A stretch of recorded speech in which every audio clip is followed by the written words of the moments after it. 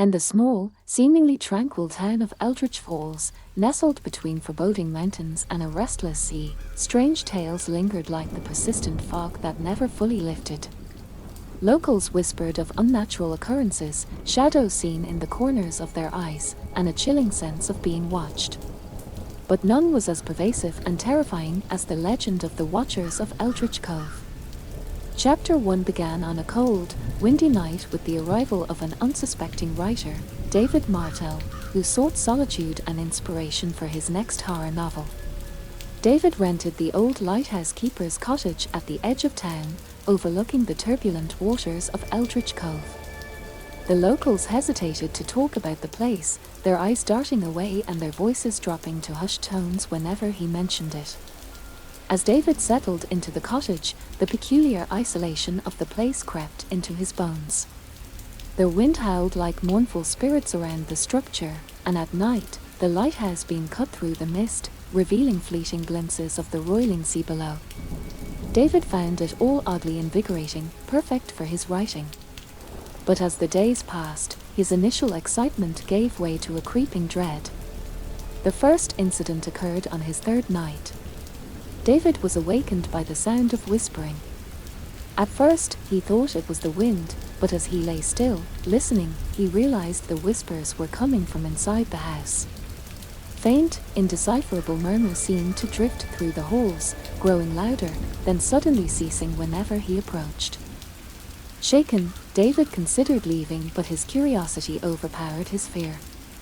He decided to investigate the history of the cottage. At the town library, he met Elaine, a local historian, who reluctantly shared the dark lore of Eldritch Cove. The old lighthouse keeper, Jacob, went mad, Elaine said, her voice a tremulous whisper. He claimed the sea spoke to him, that it whispered secrets of the dead and the damned. One night, he walked into the sea, never to be seen again. Since then, some say his spirit, and those of others who listen too closely to the sea, haunt this place. Armed with this knowledge, David's nights became a torturous blend of writing and dread. He wrote feverishly during the day, fueled by the terrifying encounters that increased both in frequency and intensity. Shadows flitted just beyond his vision, and the whispers became urgent, pressing, as though conveying a message he couldn't quite grasp. Then came the night of the storm. The sky roared with anger, lightning fracturing the dark like skeletal fingers. The power went out, plunging David into pitch darkness as the storm raged around him. He lit a candle and moved to the window to watch the tempest when he saw them, figures on the shore, barely discernible through the rain and mist. David strained his eyes, disbelief and fear mingling in his chest. The figures seemed to beckon to him, their movements synchronized with the flash of the lightning. Compelled beyond reason, he grabbed his coat and flashlight and headed into the storm. The wind was merciless, almost a solid wall that pushed against him as he made his way down to the rocky beach. The figures were closer now, more distinct. They were draped in tattered sea-soaked garments, their faces obscured by the shadows or perhaps by something more sinister. "David," they whispered, their voices a chorus of the damned, "listen, listen to the sea." His heart pounding, David approached the edge of the water. The sea churned violently, its waves like the jaws of some great beast. And as he stood there, the sea did speak.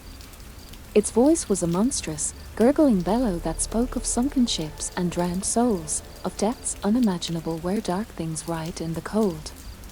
Terrified yet entranced, David listened as the figures drew closer, their whispers intertwining with the sea's roar. The storm, the sea, the spirits, they merged into a single, overwhelming entity that threatened to drag him into the abyss. Just as he felt he might surrender to their call, a hand seized his arm, pulling him back. It was Elaine, her face pale and her eyes wide with terror.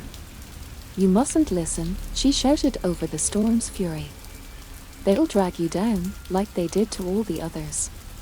As they retreated from the beach, the figures' wails of fury followed them, a sound so sorrowful and menacing it chilled the soul. Back at the cottage, with the door bolted and the storm still raging outside, Elaine explained her own harrowing experience and how she had been lucky to escape.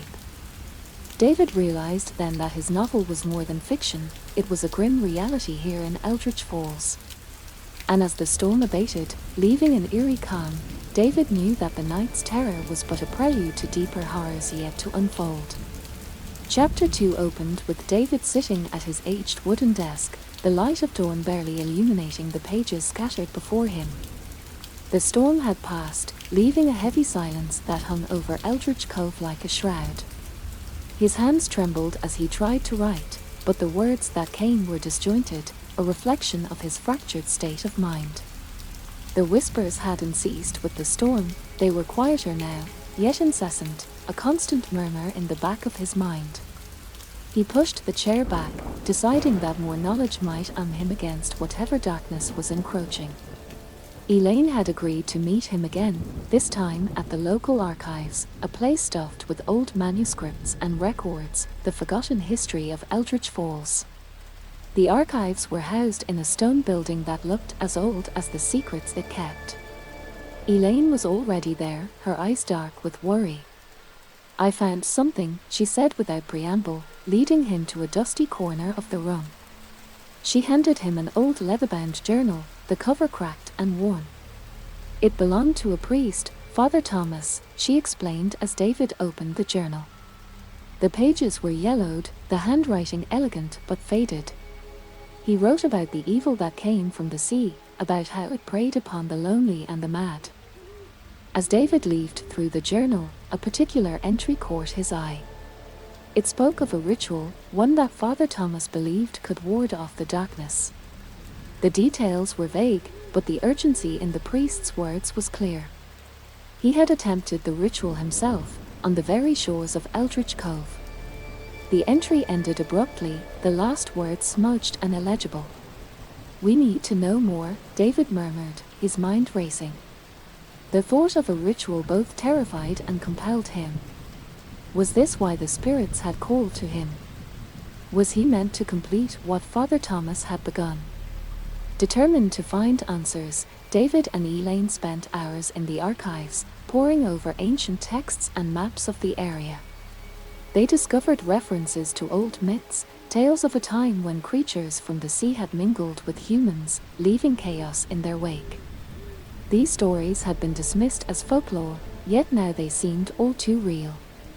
As the day waned, they gathered what information they could and made their way back to the cottage. The air had grown colder, the sky a dull grey that hinted at another storm brewing.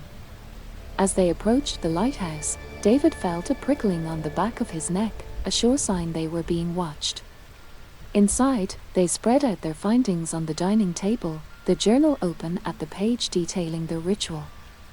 "We need to be sure," Elaine said, her voice low. "If we attempt this, there's no telling what might happen." David nodded, his gaze fixed on the sea visible from the window.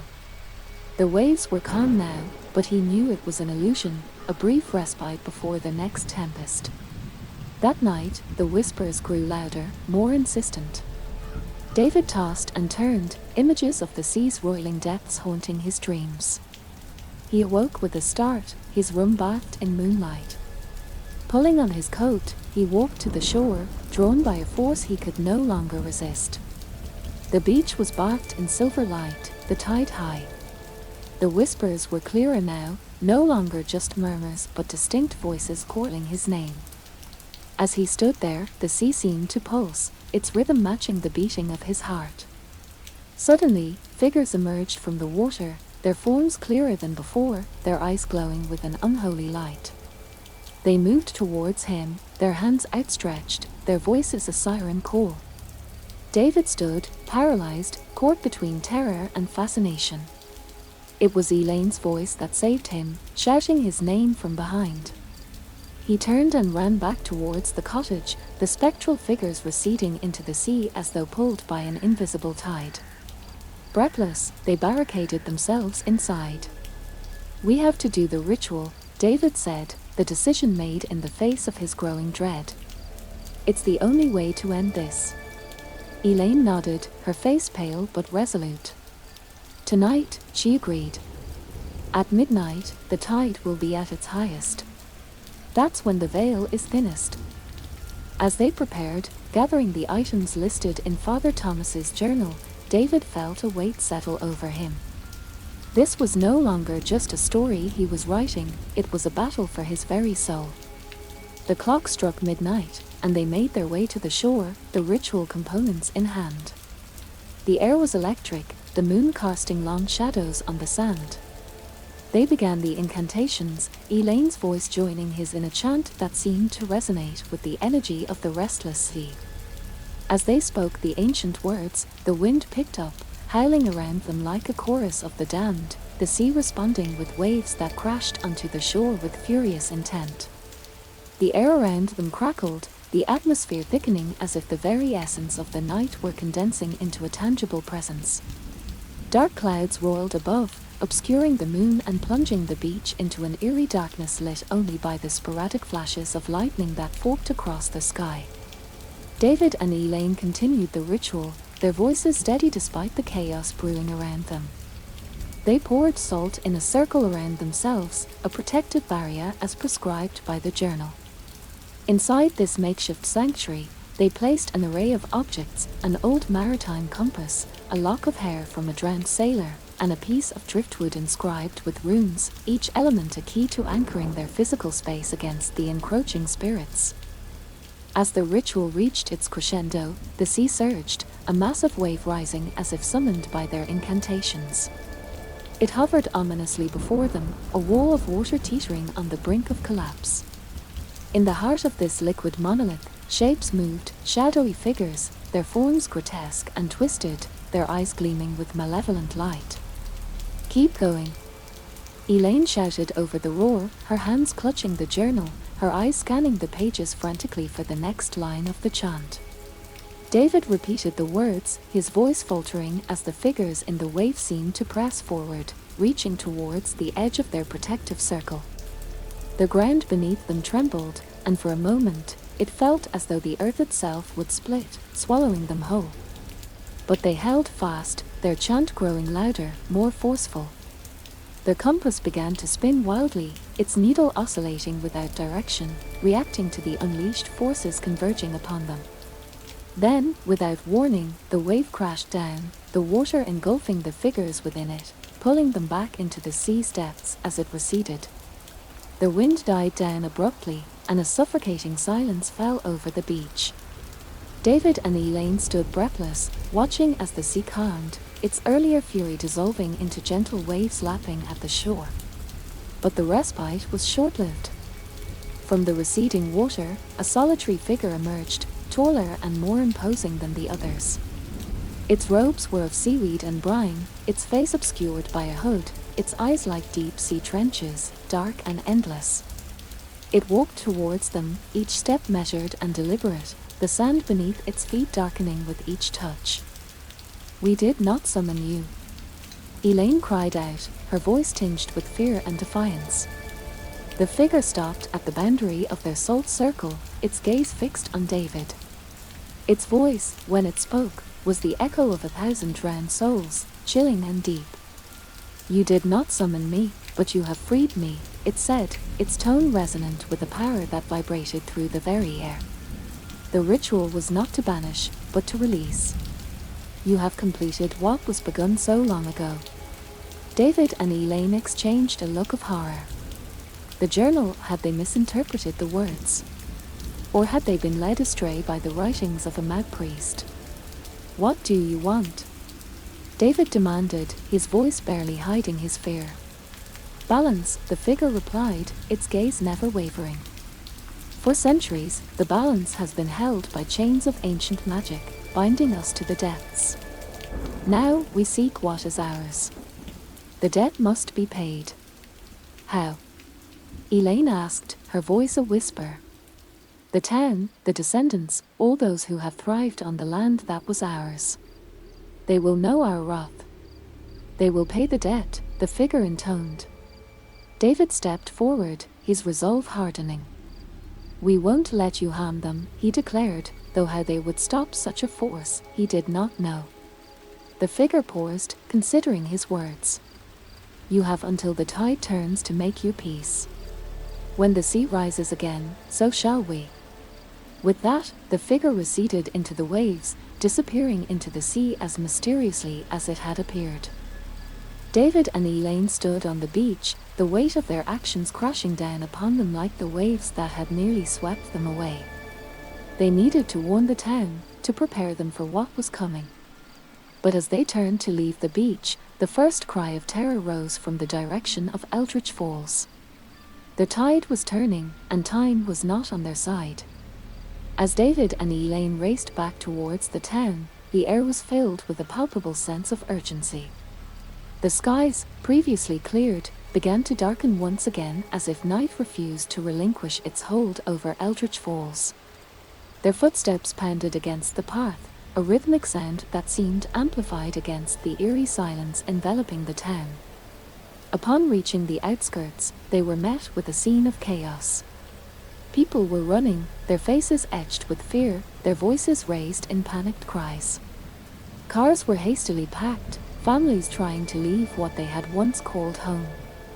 The town's siren wailed, a mournful sound that echoed the depths of the sea's own cries. "David, look."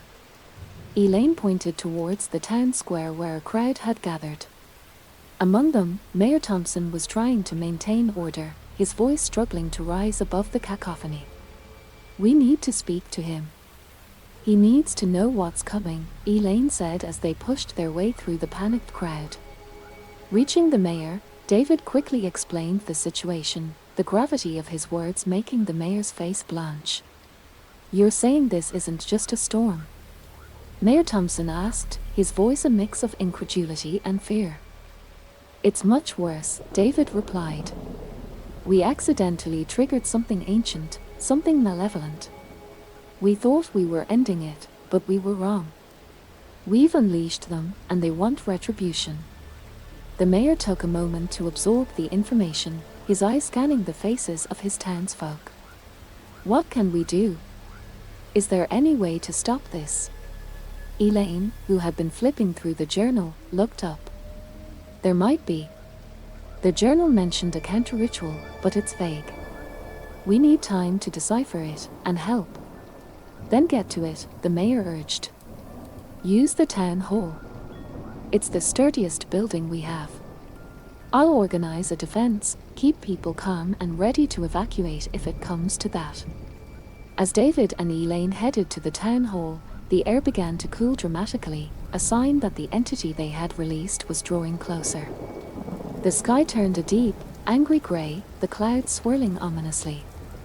Inside the town hall, they spread out the journal and other materials they had gathered, trying to piece together a possible solution. Outside, the wind began to howl, carrying with it the salted tang of the sea and the faint, distant wails of the damned. The counter-ritual required elements they did not have, items tied to the sea and its creatures. "We need something from the creatures themselves, a scale or a tooth," Elaine read aloud, her voice trembling. "But how do we get that?" "We'll have to face them," David said, a grim determination setting in. "We need to draw one out, somehow." As they prepared for the confrontation, the rest of Eldritch Falls was turning into a ghost town. People barricaded their homes or fled, the roads out of town choked with traffic. The sea, once a source of livelihood and joy for the town, had turned into their greatest threat. By nightfall, the wind was a gale, and the first of the creatures began to appear. They were more horrifying than any had anticipated, their forms ghastly distortions of sea life, their eyes glowing with an unnatural light. The townspeople, armed with whatever they could find, stood guard, forming a makeshift barrier between the creatures and the town hall. David and Elaine, along with a few brave volunteers, set out towards the shore, carrying with them a concoction Elaine had devised from the journal, a mixture meant to lure the creatures close. They reached the beach, the wind whipping around them, the roar of the sea nearly deafening. They didn't have to wait long. A creature, its body covered in scales that shimmered even in the dim light, emerged from the waves. It was monstrous, towering over them, its mouth filled with razor-sharp teeth. As it approached, David readied himself, holding a spear they had crafted. The creature lunged, and in the chaos of its attack, David managed to drive the spear forward, breaking off one of its scales. The creature howled, a sound so terrible it seemed to shake the very earth, and retreated back into the waves. David retrieved the scale, its surface cold and slick in his hands. They hurried back to the town hall, the scale a heavy burden in more ways than one. As they worked to incorporate it into the counter-ritual, the creature's assault on the town began in earnest. The first line of defense was quickly overwhelmed, the townspeople retreating in terror as the creatures moved in, relentless and seemingly impervious to most harm. Inside the town hall, David and Elaine set up the ritual circle, their hands shaking as they placed the scale in the center. The air around them thickened, charged with a palpable tension as if the very atmosphere was resisting their efforts. The walls of the town hall seemed to groan under the pressure, the old beams creaking ominously. Outside, the cries of the townspeople and the ghastly roars of the creatures formed a nightmarish chorus. Each clash echoed through the hall, a grim reminder of the battle raging just beyond its walls. "Are we ready?" Elaine's voice was barely a whisper, strained with the weight of their desperate hope. David nodded, setting the last of the protective candles at the points of their makeshift pentagram. "As ready as we'll ever be. Let's start." They began the counter-ritual, their voices uniting in the incantation that Father Thomas had recorded, the words foreign and ancient, rolling off their tongues with an almost instinctive familiarity. The scale in the center of the circle began to glow, a dull, pulsing light that grew stronger with each line of the chant. As they reached the climax of the ritual, the ground beneath them trembled, the very air seemed to pulse. A deep rumbling from the sea resonated up through the earth, vibrations that matched the rhythm of their words. Suddenly, the front doors of the town hall burst open. A gust of wind howled through the opening, extinguishing the candles and scattering their papers. Into the hall stepped one of the creatures, larger and more fearsome than the one they had encountered on the beach. Its eyes burned with a baleful light, and it moved with a predatory grace, its gaze fixed on the glowing scale. "Keep chanting," David yelled over the roar of the wind, his voice steady despite the fear that gripped him. Elaine continued the incantation, her voice loud and clear. David moved to intercept the creature, armed only with a makeshift spear. The creature swiped at him, its claws tearing through the air with a whistling speed. David dodged, feeling the wind from its strike brush against his face, chillingly close. He thrust the spear forward, managing to catch the creature in the side. It roared in pain, the sound deafening in the confined space of the hole. The creature recoiled, then attacked again, more furious than before. David rolled away, his heart pounding, as Elaine's voice rose in a crescendo, the words of the ritual reaching their peak. The scale at the center of the circle burst into a brilliant light, casting long shadows across the hole. The creature paused, its body seeming to convulse as the light enveloped it. Then, with a final, earth-splitting shriek, it dissolved into nothing, leaving behind only a faint mist that quickly dissipated. Elaine stopped chanting, her breaths coming in ragged gasps. The light from the scale faded, leaving the hall dimly lit by the emergency lights flickering overhead. Outside, the sounds of battle had ceased, an eerie silence falling over Eldritch Falls. David and Elaine exchanged a look, a mixture of relief and disbelief. "Did it work?" Elaine asked, her voice hoarse. "I don't know," David admitted, glancing toward the open door, half expecting more creatures to surge through. But none came. Cautiously, they stepped outside, the cool night air a stark contrast to the stifling atmosphere of the hall.